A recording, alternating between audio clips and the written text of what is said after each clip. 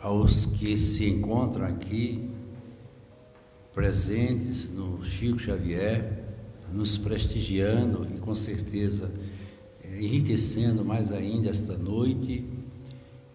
E boa noite aos nossos internautas, os que nos seguem através do Facebook e também no YouTube.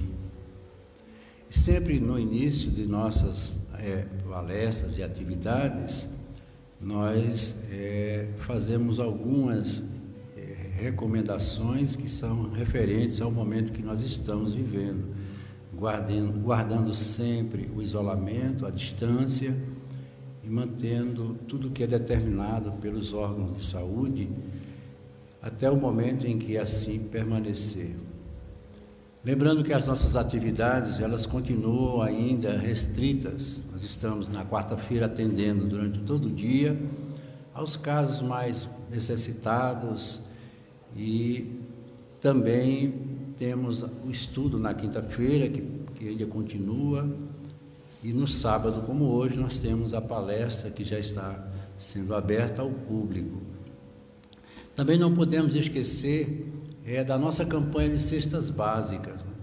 Nós ainda continuamos com a nossa campanha, não com a mesma dinâmica que nós estávamos, mas os nossos irmãos que tanto precisam têm nos procurado e a gente, dentro do possível, tem atendido.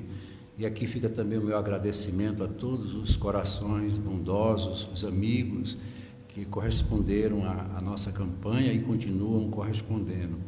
Lembrando que amanhã nós temos o programa Hora do Chico, às 8 horas da manhã, na Caruaru FM 104.9.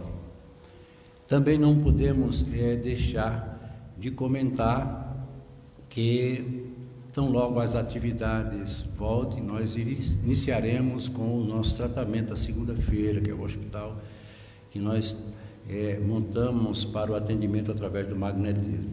E hoje nós estamos tendo aqui a alegria de termos o nosso querido Olímpio, o Major Olímpio, que traz o seu livro, A Limitação do Habeas Corpus aos Militares pela Constituição Federal de 1988. Este livro que ele escreveu e foi editado é um livro de fundamental importância, segundo o próprio Olímpio. Não se limita apenas aos termos técnicos, mas é um livro de natureza mais abrangente e fala de muitas coisas que são fundamentais, tanto da área do direito civil, como também na área do direito geral. E aqui está o livro que nós aqui do Chico estamos, pela bondade, pela caridade dele, nós estamos distribuindo para aqueles que realmente queiram tê-lo. É só nos procurar. Nós iremos também entregar a outras instituições, mas isso a gente vai divulgando aos poucos. E aí nós teremos a grata satisfação. Lembrando também que nós hoje temos a grata satisfação de termos a presença do grande poeta, é assim que eu chamo sempre, Rogério Menezes, que veio hoje estar conosco para nos prestigiar e cada vez mais trazer essa energia tão positiva que ele traz consigo, pela maneira como ele trata a vida e as pessoas. Mas vamos ao nosso tema de hoje, no mundo tereis aflições, uma expressão que todos nós já ouvimos, que está lá no Evangelho. Mas, na realidade, o que eu trago e sempre procuro trazer nas expressões, nas parábolas, nos ensinamentos de Jesus, é aquilo que a gente pode utilizar no mundo atual, no momento atual. E para que a gente possa entender essa expressão tão difícil, no mundo tereis aflições, parece até ser uma coisa que vem a nos ameaçar. Por que aflições? Aflição significa sofrimento. Porque Jesus disse que no mundo nós iríamos sofrer, iríamos nos sentir aflitos.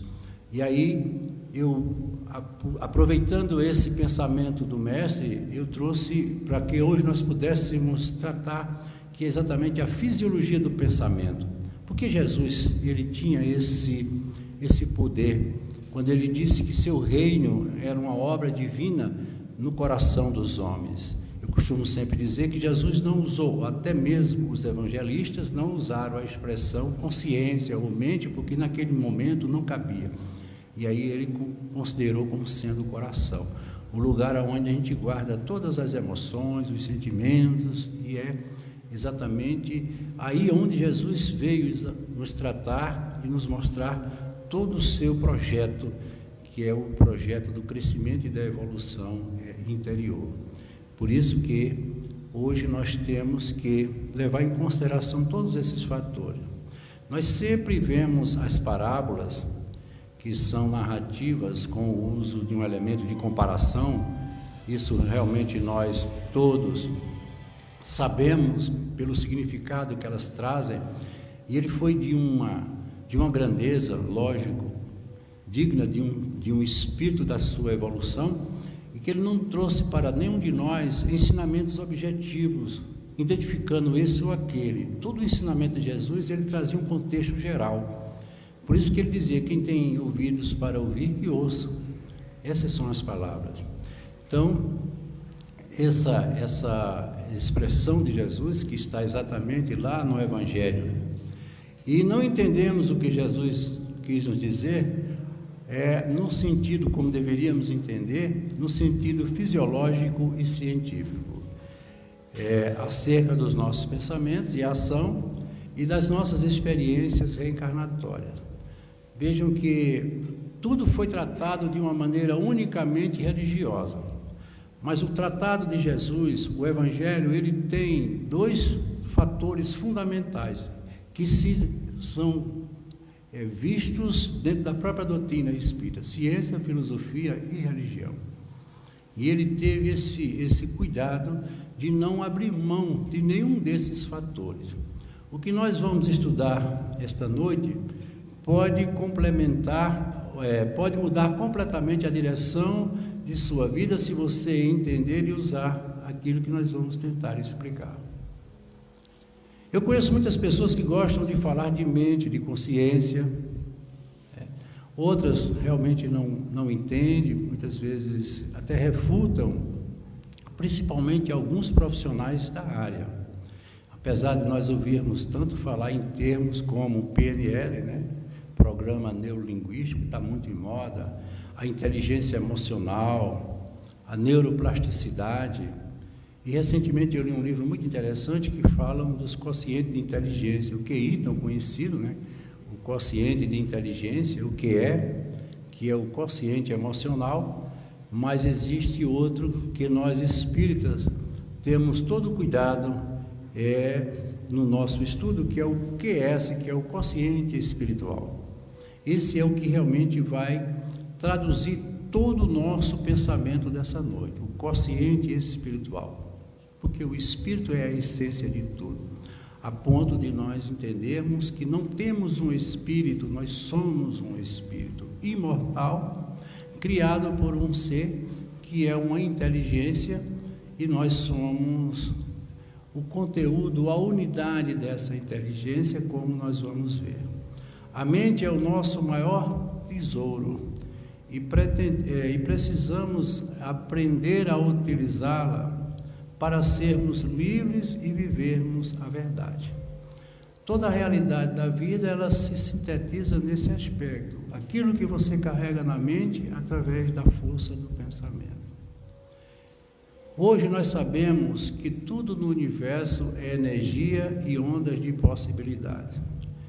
No início do século passado, com o advento da física quântica, se abriu um campo muito vasto para o entendimento da espiritualidade. Não querendo aqui fazer nenhuma comparação entre uma realidade e outra, mas a gente hoje tem todos esses meios para entender melhor o que seja o mundo espiritual. Portanto, nós não podemos mais pensar num determinismo, uma vida que foi previamente determinada, como muitos, até mesmo dentro do movimento espírita, consideram como destino, muitas vezes a sorte, até mesmo o azar. Tudo que somos tem sido construção nossa.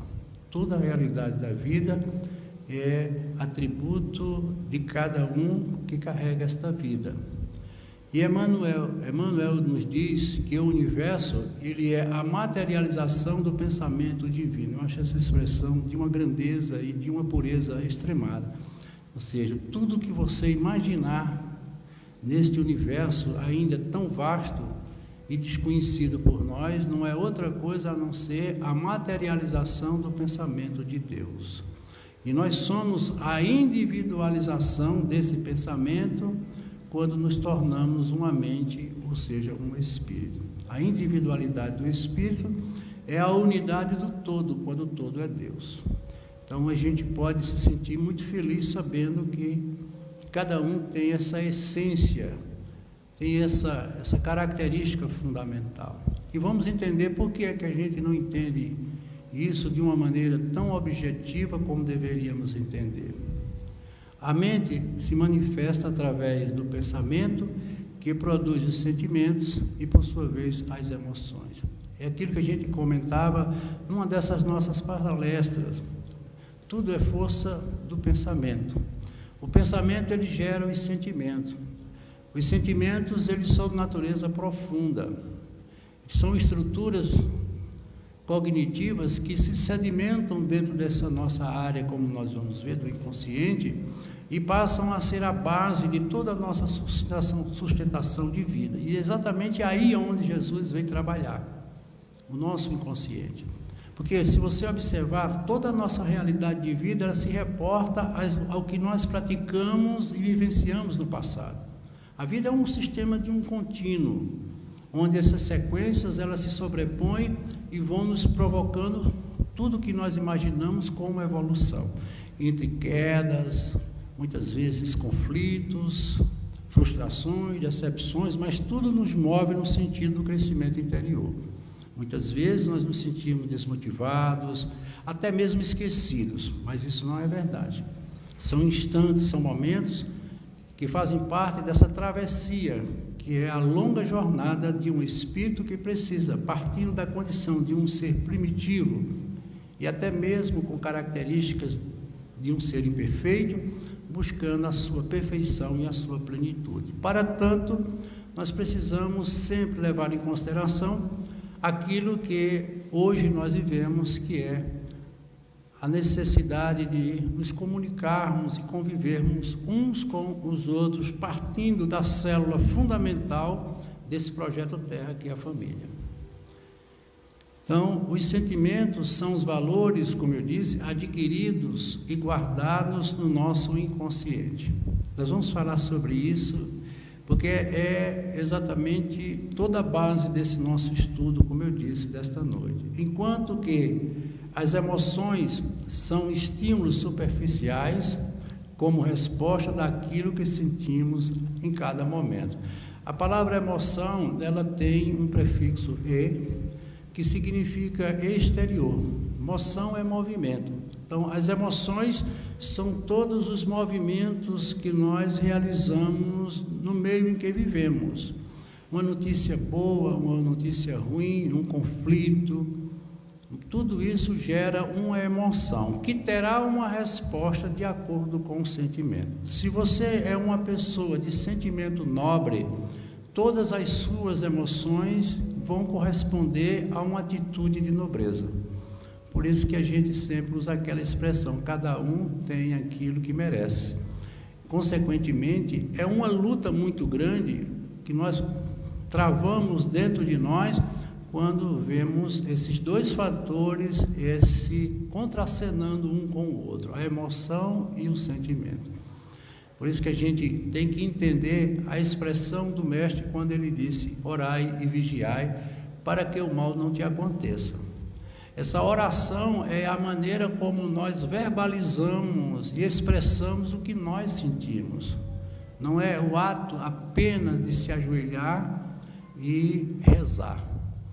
Eu costumo sempre dizer, se a oração ela não gerar um sentimento, ela não tem nenhum valor, como muitos imaginam. É como uma conversa que não surtiu efeito ou não moveu um fato que possa servir de correlação entre as pessoas que estão sendo alvo deste fato, deste momento.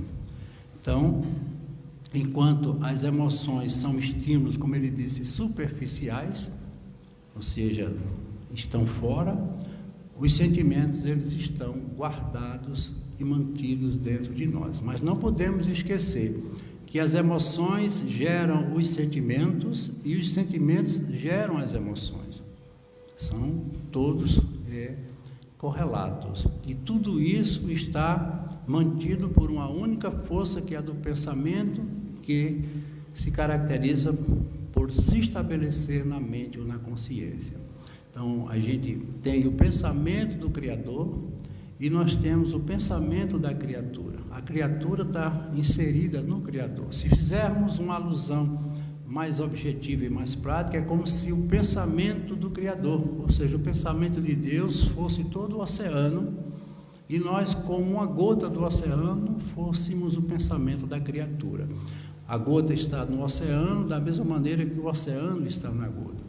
O oceano tem compreensão, tem ideia do que seja a gota, mas a gota não tem ainda a capacidade de entender o que seja o oceano. Todos nós conhecemos aquela velha história que foi narrada por Platão, da caverna. Quando ele sai da caverna, ele vai ver um outro mundo, porque eles ali viam apenas o que a sombra deles era projetada sobre uma parede. Mas ele lá viu que o mundo não era só aquilo. Mas quando ele volta para narrar para os que ficaram que existia um outro mundo, ele não foi aceito, não foi entendido. Por quê? Porque ainda faltava compreensão para um entendimento maior. Então, todos nós estamos conectados com todas as nossas vivências. Essas vivências, para nós espíritas, são as reencarnações. E a inteligência é uma faculdade própria para cada ser e constitui sua individualidade moral. Veja que expressão interessante. A individualidade moral é o nosso DNA, é a nossa condição mais verdadeira. Uma das grandes dificuldades que enfrentamos quando falamos de nossa mente é que, infelizmente, nós não temos uma imagem da mente, o que acaba causando uma grande confusão na nossa cabeça, pois nós, seres humanos, pensamos através de imagem. Tudo que você imaginar, tudo que você pensar, você tem que criar uma imagem. Se você deseja uma casa, você tem essa casa como uma imagem criada naquele instante. Enfim, tudo. Então, a mente, ela tem o poder de materializar o pensamento. Veja que coisa interessante. Por isso que eu sempre afirmo, todos os nossos sonhos são verdade. Se Deus nos permite sonhar, Ele nos permite que os nossos sonhos se transformem em verdade. Mas por que eu muitas vezes sonho e não alcanço aquilo que desejo? Porque o sonho, para se materializar, ele precisa de um fator que se chama vontade. A gente precisa, além de sonhar, a gente ter vontade, e ainda existe outro fator, que é a ação. Então, pensar, agir, tudo isso é importante na vida daquele que quer realizar os seus sonhos. E a gente não pode confundir jamais mente com cérebro. Existe uma corrente na área médica, no que diz respeito à neurociência, que ainda considera mente e cérebro como a única realidade. Fica muito difícil a gente ter um entendimento se pensar dessa forma. Eu costumo sempre dizer, dentro de uma analogia bem elementar, é que a mente seria o programa, o cérebro é o computador. Um não pode acessar o outro se não houver uma interligação. Mas lembrando sempre que a mente, ela é imaterial. A gente não tem o poder de querer, como ele disse, dimensionar o que seja a mente, pelo poder e pela grandeza dela. Nós temos 4 corpos que são correlatos. Nós temos o corpo mental. Esse corpo mental, ele forma o primeiro corpo, que chamamos de modelo organizador biológico, que é um corpo eminentemente energético. Esse corpo, ele é produzido a partir do fluido vital, ou seja, o fluido que permeia e ocupa toda a realidade do universo. Esse corpo, modelo organizador biológico, ele se serve de um outro corpo, que nós chamamos corpo ectoplasmático do pretérico, e finalmente formamos o corpo que nós hoje utilizamos, que é o corpo físico. Tudo isso dentro de uma relação de causa e efeito. Então, nosso corpo, como sendo o quarto corpo desse projeto, é o corpo dos efeitos. Tudo que a mente produz, de positivo ou negativo, vai refletir no corpo físico, passando por esses corpos, onde o corpo espiritual, ele guarda as emoções, a mente, o sentimento, e o corpo físico se expressa através das funções orgânicas, quando ele adoece, a partir do instante que ele se sente agredido ou em desequilíbrio. Quando desencarnado, o espírito, ele se liberta do corpo físico, mas ele mantém ligado a ele, lógico, a sua mente, com todos os seus atributos. Por isso que a morte não tira a gente do caminho em que nós nos encontramos. Mudamos de lugar, de endereço, entregamos a vestimenta transitória, mas continuamos sendo quem somos, aonde estivermos. Jesus, ele não se preocupou, eu acho interessante isso, ele não se preocupou com o tempo nem com o lugar. E eu pergunto por quê? Por que ele não procurou um lugar mais propício, né, e mentes mais avançadas para trazer todo o seu projeto? Por isso que eu sempre digo, se Jesus viesse trazendo como insígnia do seu processo o poder, Jesus teria nascido em Roma. Roma era a capital do poder, dominava o mundo todo.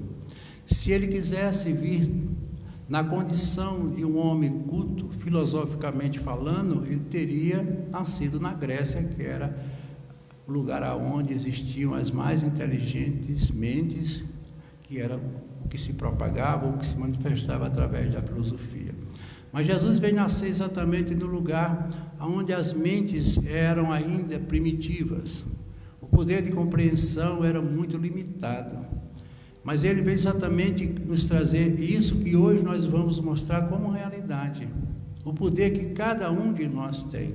Como essa gota do oceano, tendo esse oceano como realidade, todos nós temos o poder de evoluir e crescer.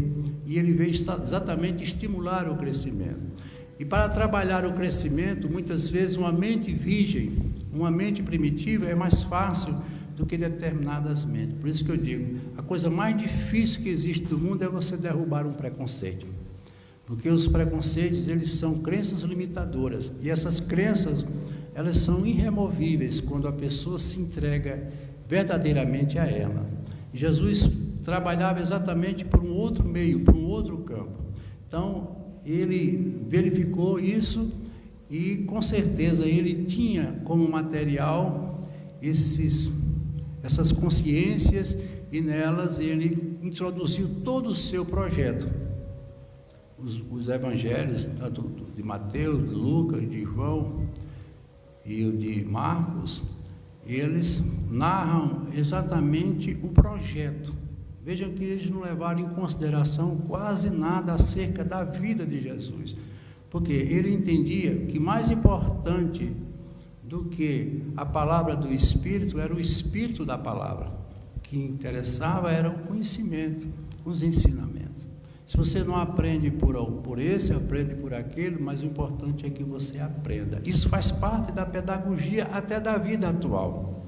As disciplinas são ensinadas independente dos professores.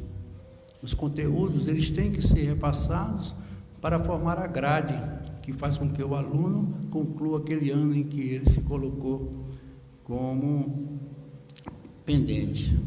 Então, nós temos a organização psíquica humana, que pode ser vista numa tríade. Então, nós temos a nossa área consciente, que é essa área que nós estamos agora, nesse exato momento, utilizando.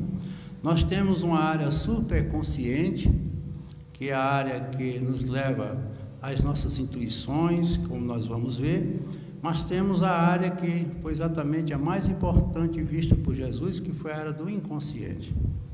Toda a nossa história, todo o nosso passado e as nossas vivências estão aí guardadas. As duas primeiras fazem parte da organização material, ou seja, tanto o consciente como o superconsciente estão ligadas aos trabalhos e às nossas ações cotidianas, fazem parte do mecanismo da nossa vida. Já a zona superconsciente seria consciencial, e ela tem a possibilidade de ampliar tudo o que nós imaginamos, que são exatamente, como eu disse, as nossas intuições. Como seres espirituais, nós não somos daqui. A Terra é um planeta escola, um planeta onde nós temos um tempo para aprendermos e irmos embora. Tirarmos daqui o que é de mais precioso, que é o nosso sentido evolutivo. E daqui vamos embora. E vamos voltar, porque o aluno que não concluiu, ele tem que voltar para a escola. Nós somos reincidentes. Por isso que ele diz, no mundo tereis aflições, porque toda pessoa que está em processo de avaliação, ela sente as suas aflições, independente de como eu vou realizar a minha prova, independente do conteúdo que eu traço, mas uma prova sempre gera uma expectativa. As provas da nossa vida, a vida de cada um, gera expectativa. A expectativa é a ação de esperar algo que muitas vezes não é tão agradável. E, consequentemente, isso nos leva às aflições. As escolhas, como a vida é para nós um projeto de eterna escolha através do livre-arbítrio, também isso nos leva a esses fatores que são voltados para as nossas aflições. Seria um fenômeno intuitivo, sem análise, desenvolvido nas zonas conscientes, ele falando da superconsciência, porém com aspectos de certeza e veracidade, o que muitos imaginam ou confundem com a paranormalidade. Então, as pessoas hoje, elas usam muito esses fatores de natureza fantasmáticas e muitas vezes até alguns se aproveitam disso, mas nós temos esse nosso fator do inconsciente.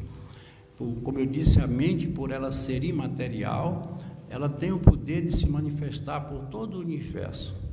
Tudo isso, todos nós somos capazes de fazer. Mas nós temos a zona espiritual ou a zona do inconsciente. E ela é nessa que a gente vai buscar todo esse ensinamento. Veja o que é que ele diz aqui. Ela apresenta uma série de camadas com funções apropriadas, onde poderíamos encontrar o centro emissor de todas essas energias que, pela sua condição de pureza e de perfeição, denominamos de inconsciente puro. Todos nós temos esse inconsciente puro. E é aí aonde está toda a essência da nossa vida. Por isso que Jesus pediu que ninguém julgasse ninguém, porque todos têm uma mesma função, uma mesma base, um mesmo princípio. Erros, faltas, tudo isso é parte da nossa livre escolha. A vida de cada um depende unicamente de cada um. E digo a vocês, sem medo de errar, Deus não interfere nas nossas escolhas. O que muita gente pensa que é verdade. Porque se Ele interferir na minha escolha, Ele vai interferir na sua. Porque Ele é onipresente, Ele é onipotente, Ele é onisciente, Ele é soberano, justo e bom. E quem é bom para um tem que ser bom para todos. Então, o que foi que Deus fez para que a gente pudesse crescer e evoluir? Mandou um mestre, nos mandou Jesus para ser a nossa referência. Da mesma maneira que os nossos professores são as nossas referências de conhecimento, Ele é a nossa referência como ser encarnado. E digo a vocês, o Evangelho, ele não só serve para a experiência humana aqui na Terra, mas para a experiência eterna de qualquer ser espiritual. Então, esse inconsciente puro, ele é o centro da vida, ponto de partida de todas as energias diretivas do espírito e consegue ser distribuído por toda a estrutura psicológica em vigor. Então, quando Jesus diz, vós sois deuses, consequentemente, ele se refere a esse inconsciente puro, ou seja, todos nós temos essa essência. Encontrar isso, estimular isso, fazer isso crescer, é o nosso grande projeto, e não é fácil. Encontrar Deus dentro de nós não é fácil. Por quê? Porque mal nos olhamos. Por isso que um sábio da antiguidade já nos dizia, conhece-te a ti mesmo. Conhecer-se a si mesmo é conhecer Deus, é ter a capacidade de penetrar nesses meandros do inconsciente, chegando ao nosso inconsciente puro. E Jesus, mais do que ninguém, sabia disso. Então veja aonde foi que ele veio trabalhar. E fazia isso de uma maneira tão brilhante que ele não interferia na vida de ninguém, porque ele sabia que todos podiam. Consequentemente, nós temos a partir de agora uma ideia do que seja a vida humana aqui na Terra. Que as nossas escolhas, elas produzem as consequências como reação, dando resposta às nossas ações. Se escolhermos errados, vamos ter que assumir os erros das nossas escolhas.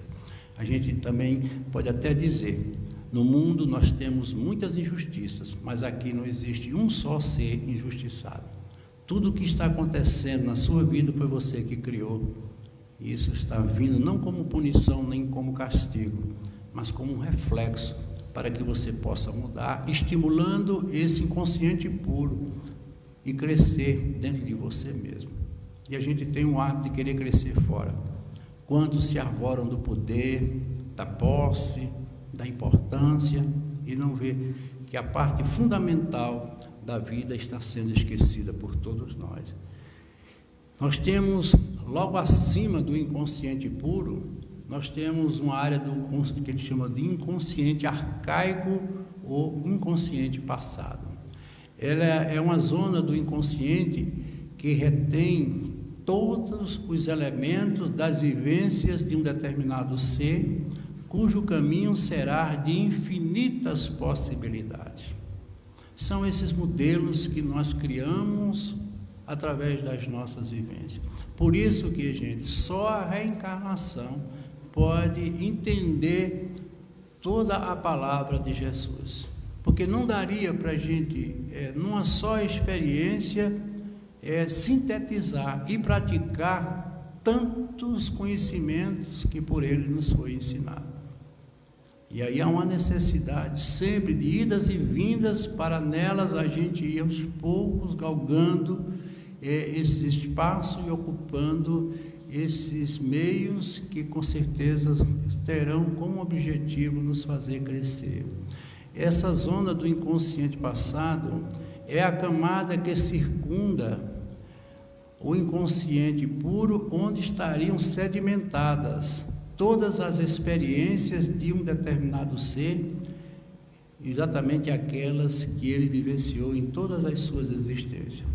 Por isso que nós temos tantas tendências, vocações, comportamentos, que são respostas e heranças, não dos outros, mas de nós mesmos.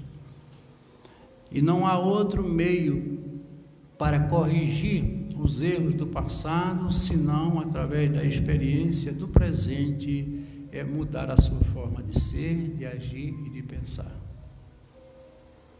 Então, segundo Jung, essa área é onde nós encontramos todos os nossos arquétipos, todos os nossos modelos.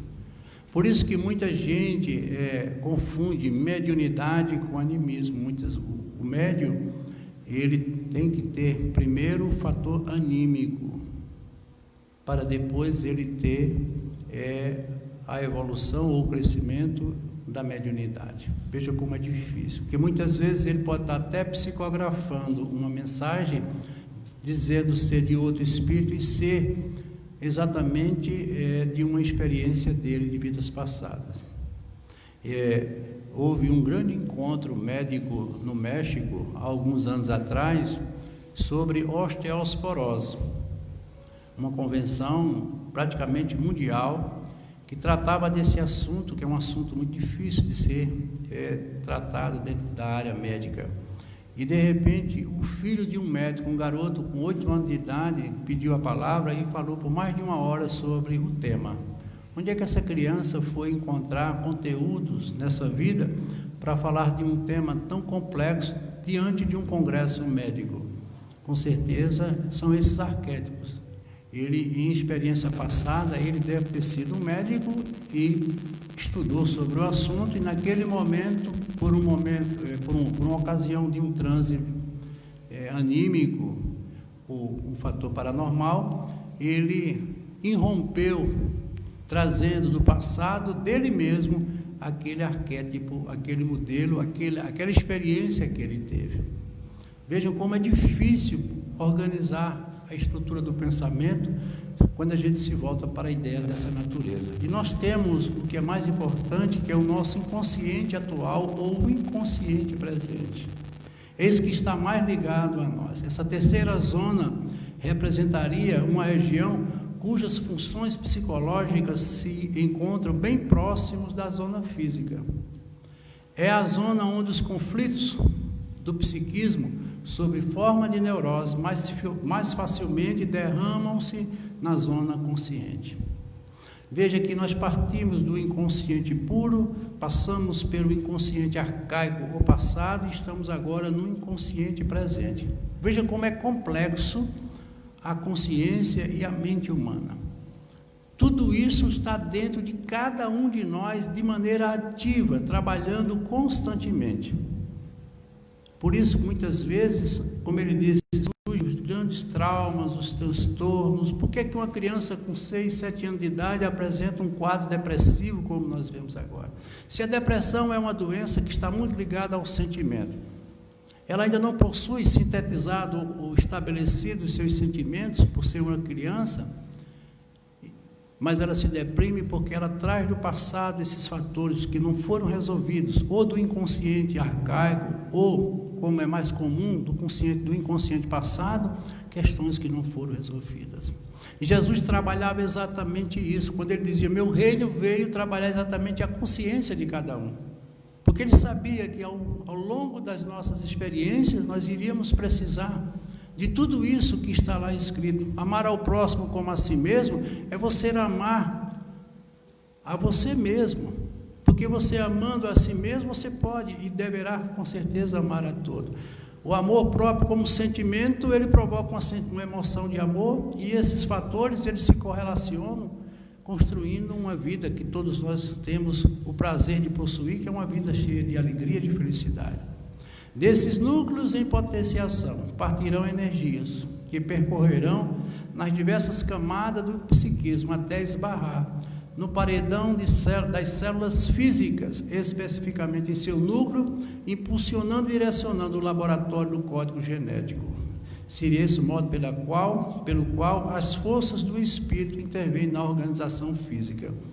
Aí é onde a gente agora entende o porquê das doenças, determinados males, porquê doenças congênitas, porque crianças nascem com síndrome de Down, muitas vezes vítimas da paralisia infantil, como foi tão comum em épocas passadas.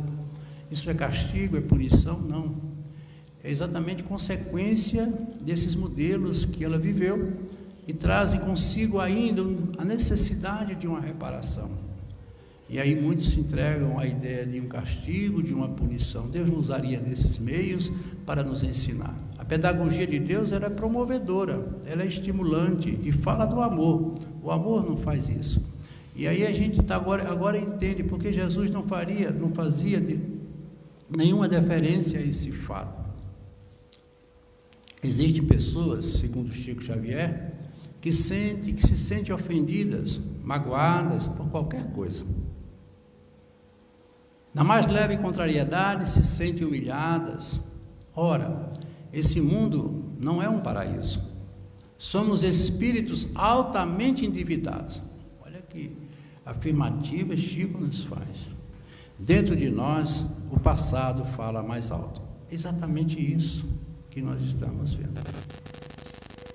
Daí a gente agora entende por que a doutrina espírita é rica da maneira que é, quebrando todos os preconceitos. Se você critica através de um comportamento ou outro, não sabe você que você um dia já foi ele, e poderia ter feito até pior do que ele fez, porque esses modelos, eles estão todos dentro de nós. Por isso que nunca é bom a gente remoer ou mexer com o passado. A reencarnação é a prova do perdão e da misericórdia de Deus em relação aos nossos erros. Ele entende os nossos erros e nos dá a oportunidade de, no recomeço, nos redimirmos, porque eles permanecem dentro de nós como uma força ativa a nos cobrar, como um fantasma que nos persegue. Todos nós temos dois lados bem definidos. Nós temos o lado luminoso e um lado sombrio. Andar num ou no outro é uma escolha de cada um de nós. Por isso que ele disse que você é a luz, que brilha a vossa luz. E nós ficamos a vida toda esperando as luzes que vêm de fora para conduzir ou iluminar o nosso caminho, e isso não tem nenhum sentido. Você tem que construir o seu próprio caminho, e nele você encontrar todos esses fatores e aos poucos ir corrigindo exatamente da maneira como ele nos diz, porque a Terra nada mais é do que uma ponte que nós utilizamos para passarmos de uma dimensão para outra, e a gente se arvora do direito de querer construir uma ponte. A lei não permite.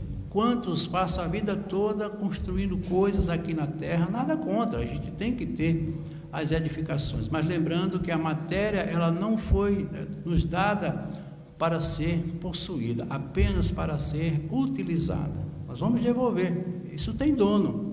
A casa que você mora tem dono, o carro que você tem dono, porque se fosse seu você levava, se eu não posso levar é porque não é meu. Então nós não podemos esquecer essa tríade, corpo, mente e espírito. Foi exatamente isso que Jesus utilizou para promover todos os seus ensinamentos. Nós temos uma glândula chamada glândula pineal, que é considerada a glândula da vida mental. Ela seria o vetor resultante entre a mente e o cérebro. O cérebro, por sua vez, seria o colapso quântico da mente. Então, tudo que nós pensamos, essa glândula, ela tem o poder de transformar, como ele chamou, de colapsar, ou seja, ondas de possibilidade em certezas que nós assimilamos e trazemos para dentro do nosso corpo. Uma raiva que você sente, ela repercute de maneira negativa e muitas vezes intensa no seu corpo físico, porque nós vimos lá no começo, tudo começa na mente e termina no corpo. E o corpo, ele é responsável não pela causa, mas por todos os efeitos que essas causas promovem. Por isso que é muito importante a gente conduzir e equilibrar sempre o pensamento, pensar sempre de forma positiva, ter sempre o lado mais positivo para ser trabalhado dentro de você.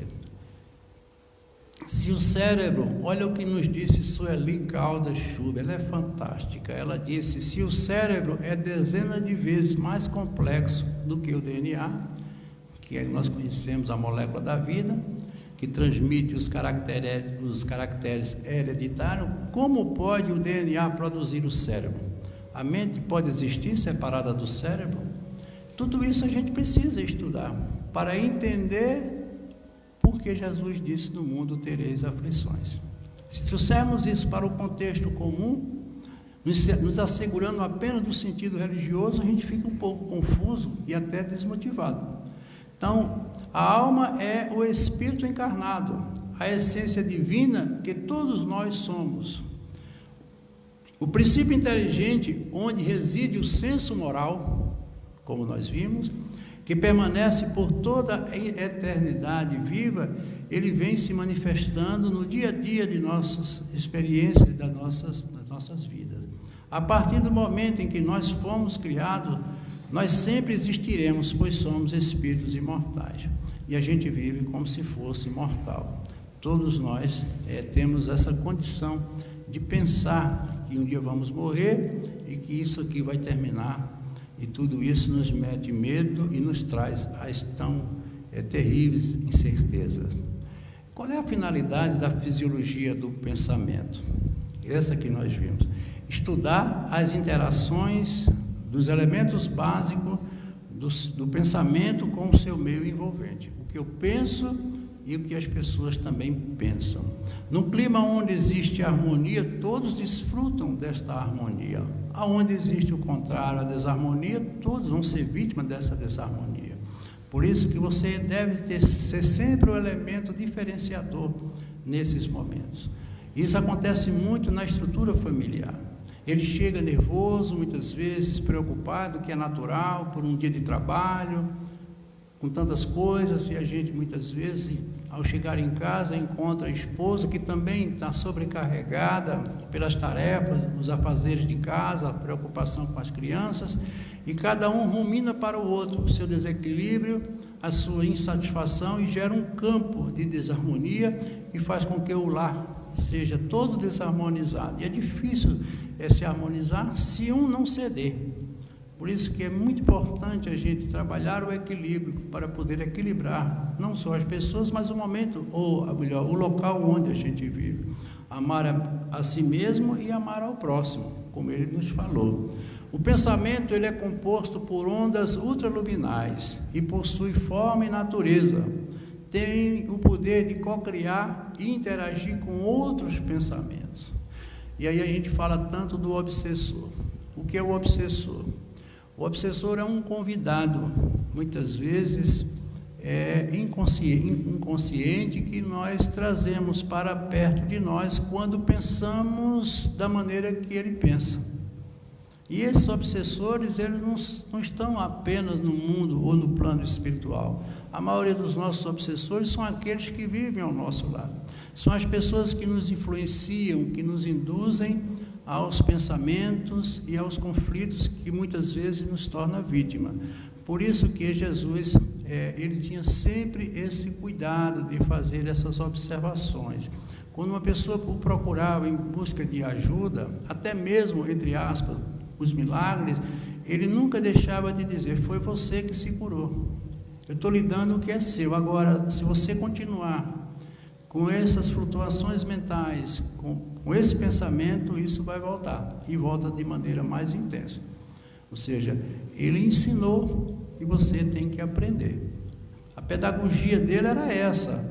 Ele não tinha privilégio com ninguém, ele não tinha seus escolhidos, porque ele sabia que todos estavam dentro de uma mesma proposta, independente do nível de instrução, do grau que cada um possuía. Nós temos uma sociedade muito preconceituosa nesse sentido, né? Os que sabem mais, muitas vezes, humilham os que sabem menos. Jesus pregou exatamente o contrário, que a gente prestasse atenção no outro, visse que ele precisa tanto quanto nós.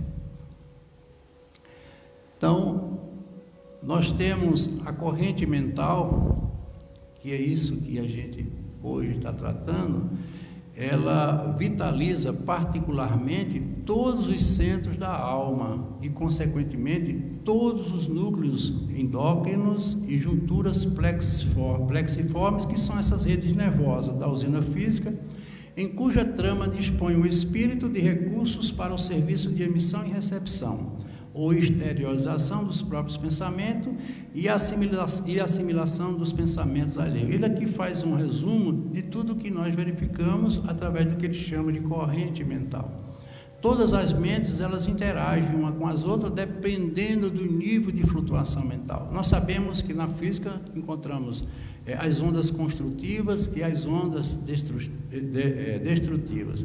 As ondas construtivas são ondas que vibram numa mesma frequência, ocupando muitas vezes uma mesma dimensão. As ondas destrutivas são aquelas cujas vibrações não atingem a mesma frequência, elas se contrapõem. Exatamente acontece com a onda mental. Quando uma pessoa negativa ela se aproxima de uma pessoa positiva, essa interação não há. Mas é normal a gente contaminar o outro através do pensamento. E Jesus ele era muito observador nesse sentido. A prova é tanta que ele, através da conversa, do diálogo, ele fazia com que as pessoas provocassem dentro delas essa catarse que a gente tanto fala. Ele não se dirigia às pessoas diretamente, ele falava para que todos pensassem exatamente naquilo que ele estava falando e cada um colocasse dentro de si aquilo que era necessário. Por isso que ele usava as metáforas, as parábolas, porque elas têm um sentido mais abrangente. Quanto mais enobrecida é a consciência, mais se lhe configura a riqueza de imaginação e poder mental, surgindo, portanto, mais complexo o cabedal de suas cargas magnéticas ou correntes mentais a vibrarem ao redor de si mesmo e a exigirem mais ampla cota de atividade construtiva no serviço em que lhe plasmem a vocação e a aptidão. Então, muitas vezes, nós somos influenciados de forma negativa e isso nos leva à desmotivação. Tem uma história muito interessante de uma jovem que ela tinha um hábito de cantar. Ela tinha pouco mais de 12 anos de idade e ela, à noite, quando ela chegava em casa, ela começava a cantar. A mãe, que era uma funcionária de uma indústria têxtil, ela chegava muito cansada. Como ela cantava muito alto e a mãe ficava irritada, em certo dia a mãe se dirigiu a ela, dizendo que ela tinha uma voz muito feia e que aquilo perturbava muito e que ela parasse de cantar. E ela tomou isso como uma verdade, ela captou essa onda e a partir de então ela não cantou mais. 4 anos depois ela foi descoberta e essa moça ela hoje canta na Orquestra Sinfônica de Berlim, uma das maiores tenores, e por pouco ela não perdeu essa vocação que ela tinha por uma influência de natureza negativa, de maneira inconsciente. A mãe não tinha o propósito de dizer isso, mas ela aceitou isso como verdade e isso passou a ser uma fonte que ela mesma nutria. Isso acontece muito na vida das pessoas, por isso que é muito importante a gente ter muito cuidado em conduzir o pensamento no que diz respeito àquilo que a gente deseja. As correntes mentais destrutivas, como nós falamos, quando a alma exterioriza forças mentais desajustadas e destrutivas, ela atrai força do mesmo teor, caindo frequentemente em cegueira obsessiva, da qual muitas vezes se afasta, desorientado, pela porta indesejável do remorso após converter-se em intérprete de grandes delitos. A pessoa aceita aquilo porque falta o quê? Falta a estrutura de base. Se ela tem no seu inconsciente bases sólidas através do sentimento, ela não se deixa envolver por influenciações exteriores.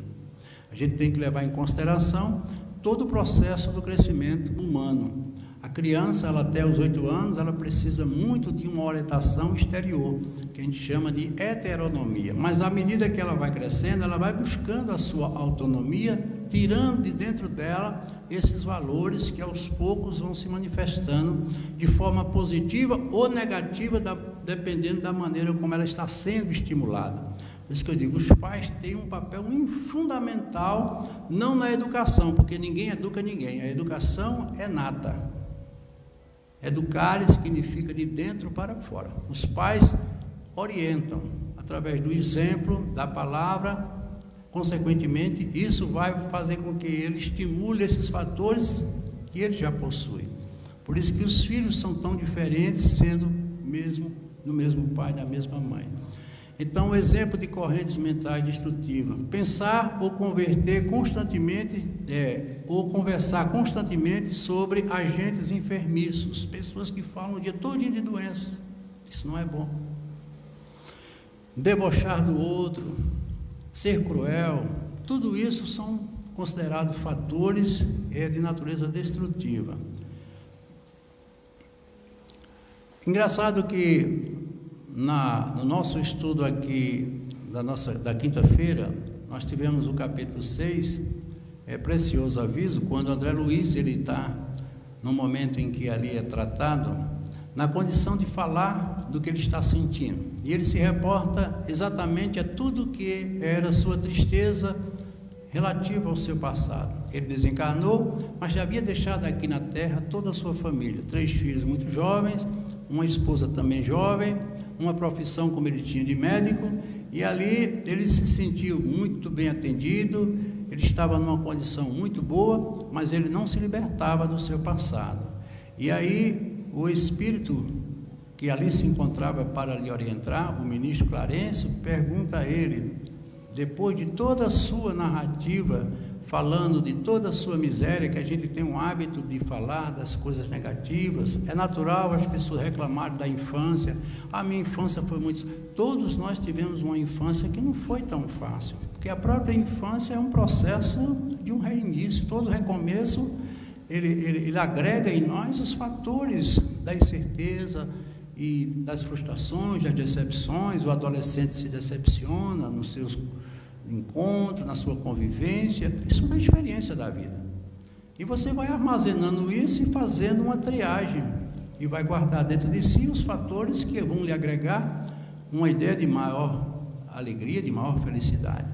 E aí, quando ele termina aquela narrativa, o ministro diz: deseja você a cura espiritual?